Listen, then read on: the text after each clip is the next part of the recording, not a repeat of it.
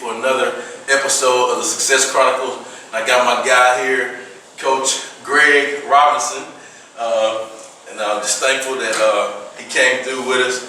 Has a great story, great guy, does a lot of great things with kids, and so I'm very thankful that he is coming through to interview today for us.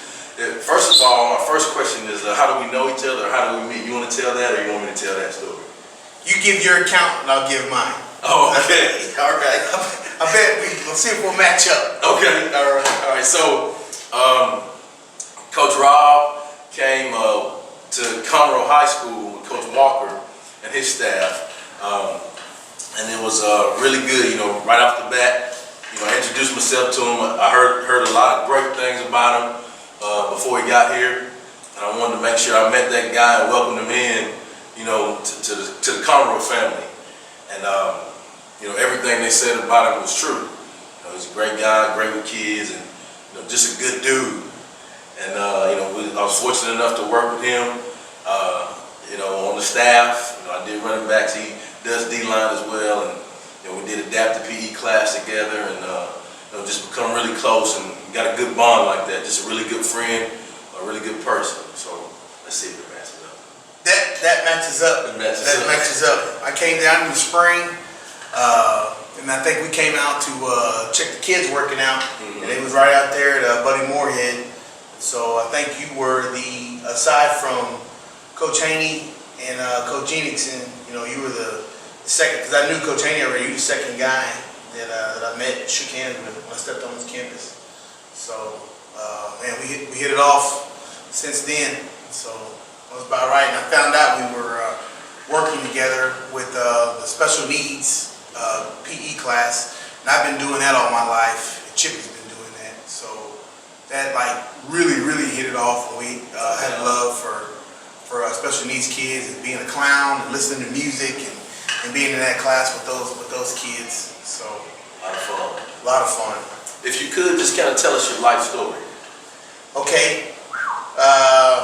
Life story. I am a military brat. My mom, like a majority of families, my mom was a single parent for a minimal time in my life. She had an early relationship in high school, and ended up having me at an early age, 17. We moved from Muskogee, Oklahoma, which at the time was where she resided with her dude at the time. We then moved with my grandparents. We lived with them till I was about 8. So my grandfather was a very integral part in my life as far as the manly figure, the father figure, the caring figure, the love figure. And she remarried again to what I call my dad when I was about 8, Stanley Robinson. And he's from Durham, North Carolina. And he was in the military as well. And so they met up, and we kind of moved a little bit more and got to Texas as fast as we could. He got reassigned there. I've been to Germany. I have a younger sister that's 6 years younger than me. So not too long after they got married, I had my little sister. Kind of coming up, that's the background. My mother is French and black, and my grandfather, he was Mexican and black. And so I have a unique background or nationality that comes to mix a little bit. So that kind of helped mold who I am throughout the course of my life, and how I see the world, the type of love that I got, things that came around. Matter of fact, in some of the pictures, you'll see a picture, and I don't know if you've probably seen these. You'll see some black people, some white people, some Hispanic looking people, and you'll be like, wow, it's a. That's the family. Yeah, that's the fam. That's the fam. So not often you get everybody together. So from there, kind of life takes off. Family was good. I've always been loved. Both parents worked very hard. My dad was a sergeant major, so he was like a E7 in the Army. He had a unit of soldiers that he kept after, much like what I do now with the coach and your kids or your position kids. So he was on my tail pretty hard. Structure and discipline. Structure, discipline, yes sir, no sir. You know, firm handshakes, you know, just honesty, you know, and just kind of being just a good person, you know, when nobody's looking, type good person, you know, treat people. And I don't mean to cut you off on your No, story, you're okay. But that, just you talking about that, you know, those things that you're describing, like those are the exact things that you do with your kids. Yeah, it's funny. You know, like I fought it. It's funny. I fought it, and now here I am. That's all I'm about. Like just hearing you say that, and I'm just thinking, you know, those are the things, you know, that I've seen you do, like on a daily basis with kids, and it's good stuff. I appreciate that. Yeah, that's it. So that kind of helped mold me a little more. I think I'm a little different. You know, I like to fish, and I'm kind of outdoorsy type. You know, but a lot of my friends, you know, being in the military, you meet. They come from different backgrounds, so there's a big melting pot. So I had my hand in a lot of things coming up, from skateboarding to swimming to you know, to fishing to you know, just all different types of things that teens do. You know, riding in the cut dog. The cutters. You know, I was actually I was a lifeguard, and I worked, and my parents always made a deal with me: if you wanted to get something, we'll pay for half. And so if you come up with the other half, we'll match you. And so that was a great motivator. You know, shoes, you got half. So they never said no. Mom found a way, and it kind of taught me the value of, you know, putting a little bit of work and seeing the benefits of you working. So I got a 79, excuse me, Cutlass Supreme. So that was my car. Cut dog. It's cool. The cut dog, the slab. Oh man. So, man, I grew up in Killeen, Texas. I was very fortunate to go to a good school. I had good coaches around me, good administrators, had a really good principal that I'm still in contact with to this day. Many teachers that I still am in contact with today. Many of them taught my sister. Many of them know my family. And that's unique because from being in Fort Hood, it's a giant melting pot. So it's not like a traditional small town where it's a small country town feeling where everybody knows everybody. Everybody knows everybody, but in the military, you're 3 years up, you're PCS. 3 years up, you're PCS. So I've had some friends, had some leave, had some come back. You know, I was a A, B, C student. You know, I was one of those that did just enough to get by. So I always got that speech. Report cards came around about my mom telling me to apply myself more. You get out of something what you put into it. If grades were football, you know, I know you do better at it. So I played football and soccer. I played soccer in Germany, actually. That was the first sport I ever played as a team, because after my mom and dad got married, we moved to Germany for a couple years. And for the big guy, they didn't have football on the economy in Germany. They had soccer. And Ms. Robinson did not play that. You finna get your butt up and quit eating all my food up and get out of the house and go run around. So I rode bikes and played soccer with some of the local Germans there. I think, little do I know, that kind of helped mold me into a little bit more athletic, big guy. So that's like the kind of the earlier half leading up to where, you know, I make the break in high school, where I find out I'm really strong, quick, not fast, not tall, quick, quick, yeah. So that was that kind of helped brand me. And I was a defensive lineman. I had a really good coach that I fell head over heels in love with. He was good. I had a coaching staff that I fell head over heels in love with. Great guys. I would do anything for. I didn't get no heavy recruitment. Being 5'9", 260 pounds. You know, the colleges approached like, hey, what can you offer us besides, short, stubby, strong guy? You better be able to do something special. So I was a good player. I was always told, you can't do this, you can't do that, you're too short for this, you're too slow. So I think I developed a little bit of not a little man's complex, but a little man's complex. Yeah, so I'll show you. Let me put my hand down, give me the opportunity. So that kind of helped fuel me and drive me.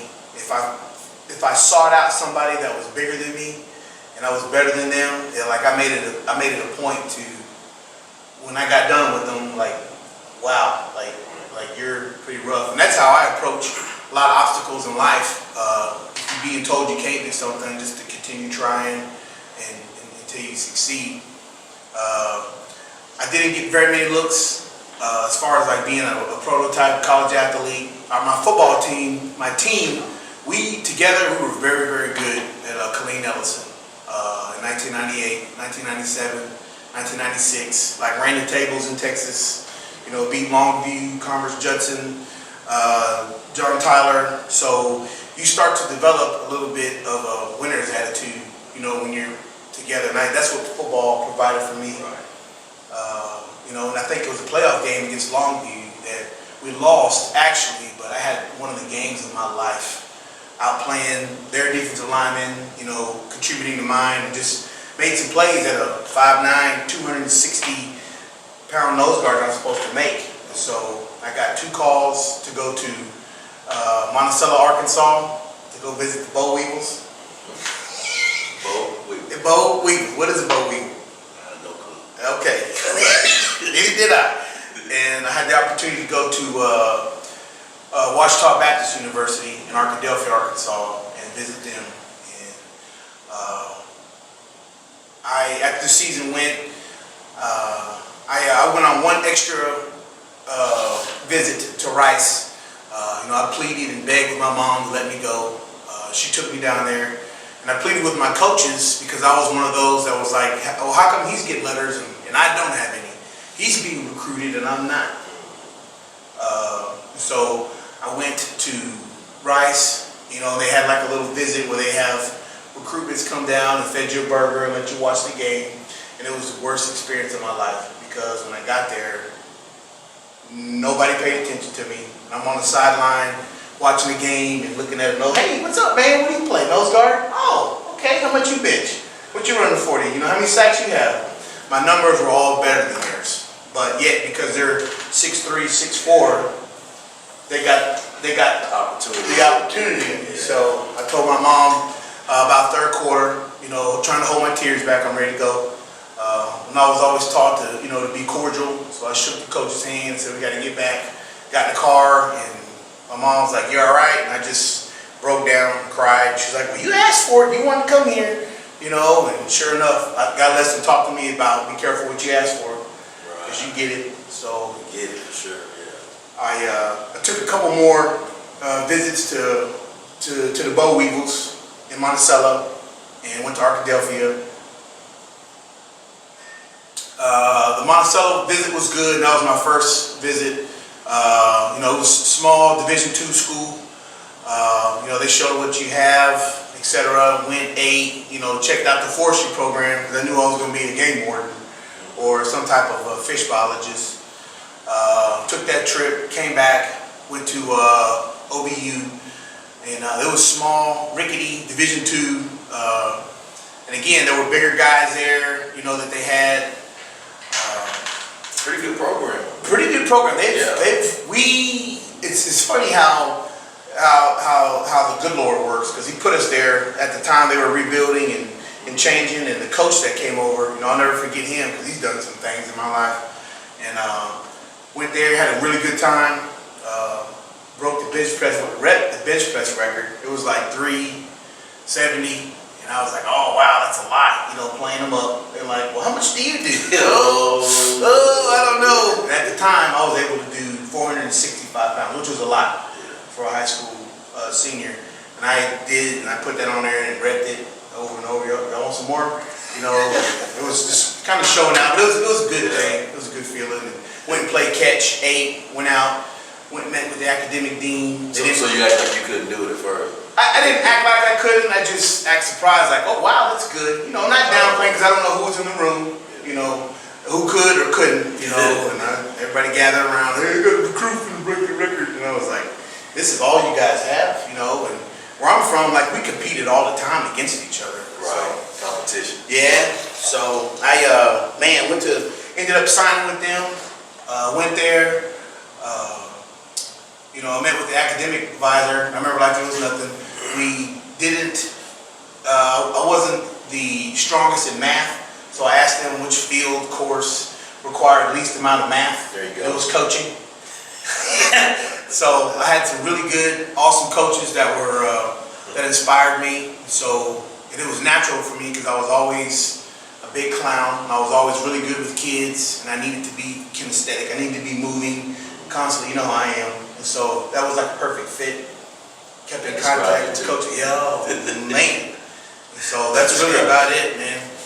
Okay. As far as your career, you know, we talked about, you know, you've been a teacher and coach. You know, how long have you been teaching and coaching, and what do you currently teach? I'm the type of person where I feel that if I educate myself and research, I can coach anything. Because to me, a coach is a coach. You know, you help kids be successful. Right. Yeah. So that doesn't bother me. The thing is the scheme, the ins and outs, the you know, things like that go behind it. I've been coaching for probably 14 years at the high school level. I coached 1 year at college level, and I was a GA, man. Had my own office. I mean, it was amazing. Right after I finished college, and it was in a smaller area, and something wasn't right, so I ended up leaving all that to come back to Killeen, and I coached at the junior high for 3 years, which to me, I feel every coach breaking into the coaching profession needs to coach at the junior high level. You learn so much. You learn so much. Those kids are so amazing. I mean, they go through a brick wall for it. They might not know nothing. Right. They might get it wrong, but you know, they're going to give you everything in an unconditional way. Right. Yes, sir. Yes, sir. So, and fortunately, after I finished junior high, I kept in touch with my high school coach. I went to work at my old high school for 3 years, and then when he left to open a new school up, Bread Boy, I had the opportunity to work with Robert Walker, who coached me in high school and was coaching now in San Antonio. And I jumped on a plane with him, man, you know, from Killeen to San Antonio, and sky was the limit. I've been with him ever since. Teaching wise, I've taught a lot. I've taught health, I've taught speech, I've taught added. It's a college prep, you know, study hall type class. And I've always done special needs. And here at Conroe, I picked up team leadership.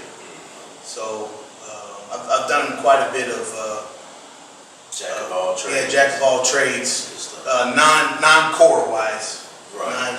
Non-core wise, yes sir. Straight up. I'm not a rocket science. But you do a great job. Yes sir. Yes sir. Definitely, without a doubt you do. What are 3 things that you have accomplished in your life that you're proud of? One thing would probably be to right out the gate, probably be to initiate becoming a good father. You know, I'm 37 and I've been working with kids all my life, and I never thought I'd have one. And it's not that I didn't want to, it's that, you know, I was like, wow, I'm working with kids, how would I ever find time?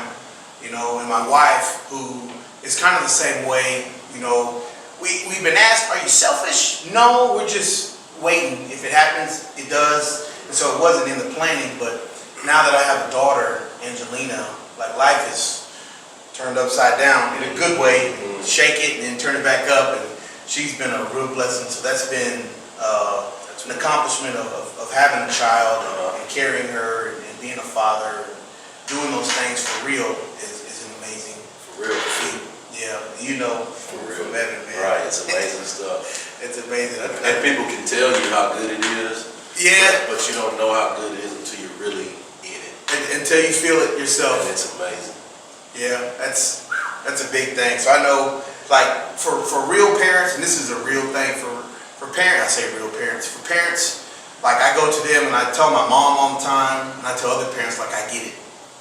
You know, for people that don't have kids, you know, life has a purpose and has a direction, but when you have children, like, it's shaped and it's new, you know, and I think because I'm older and mature, you know, being 37, being a father, like, you know, I've seen ups and downs, so I can really put it into perspective for me.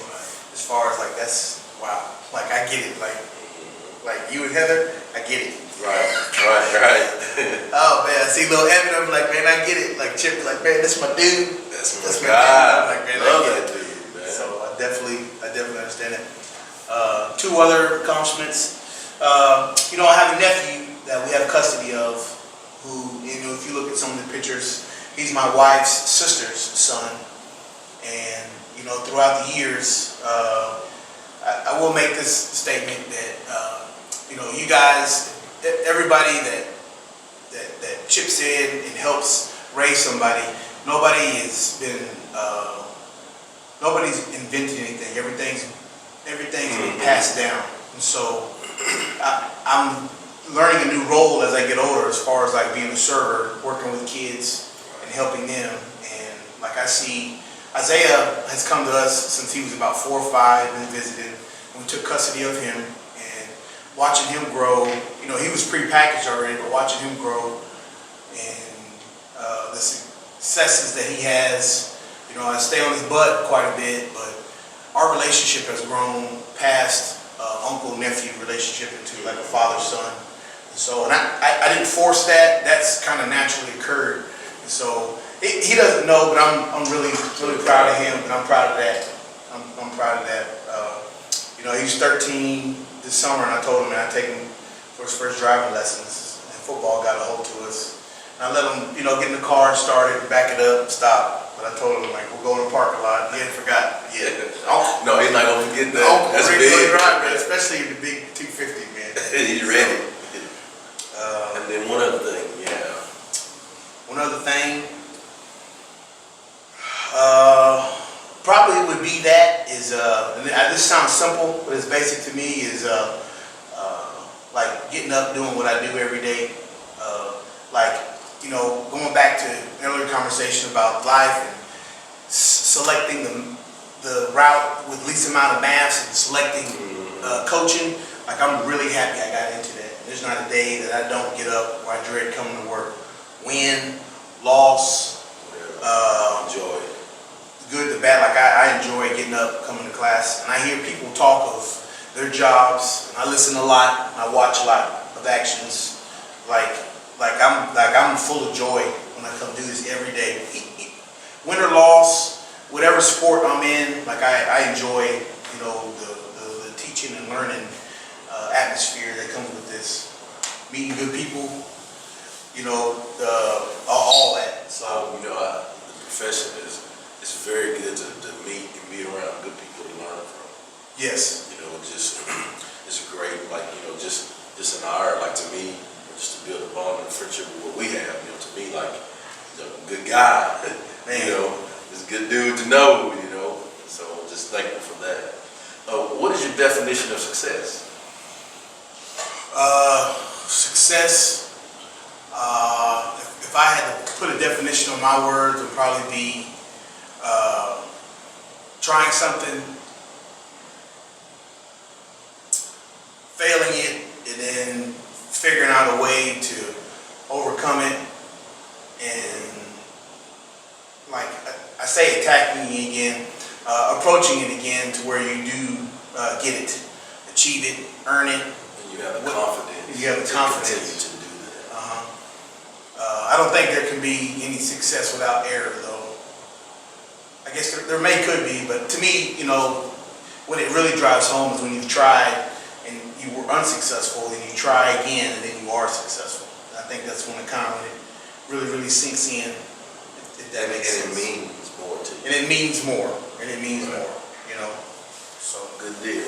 That's a really good definition. What do you think it takes to achieve success? And this is the last question.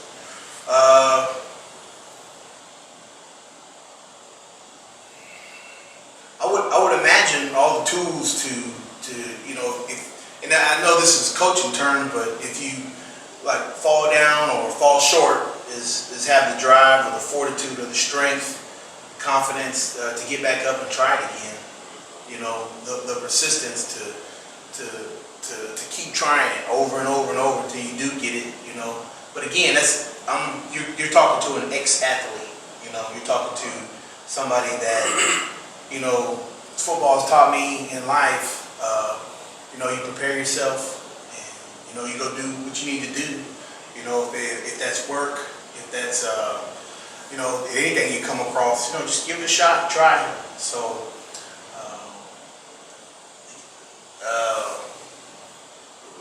That's basically what it is. Like you said, I mean, I think that the great thing about sports is, and I say this all the time, I've written about this too, in an article, I spoke about this before, that a sports banquet. The great thing about sports is that sports teach you life lessons. Yes. And all of those things you learn in sports, you can take that and put it in any scenario in your life. Yes. I mean, pick one. Yes. I mean, job, family, I mean, you know, big pay, you know, suffering month to month, you know, finance, whatever. Pick a scenario and take what you learn in athletics and your sports as far as perseverance, you know, grinding things out, doing what's right, you know, with it. Yeah, staying with it. You know, like you said, if at first you don't succeed, try again. You know, go back and, you know, gain the confidence to, hey, you know, muster up the energy to, hey, let's go get it, let's go try it again. And so, you know, that's the amazing thing to me about sports, that it teaches you those life lessons. And, you know, those people that are in sports or involved in things, they're successful. Yes. You know, Yes. They're successful in life. In or around, yes. It's a direct correlation, you know, in business and everything. And so, but I sure appreciate you taking the time out for the Success Chronicles today. I appreciate the things that you do for the kids. You know, just want to encourage you to keep doing what you do, and thanks again. Appreciate that. Thanks for joining us on this episode of the Success Chronicles. We'll see you next time. God bless.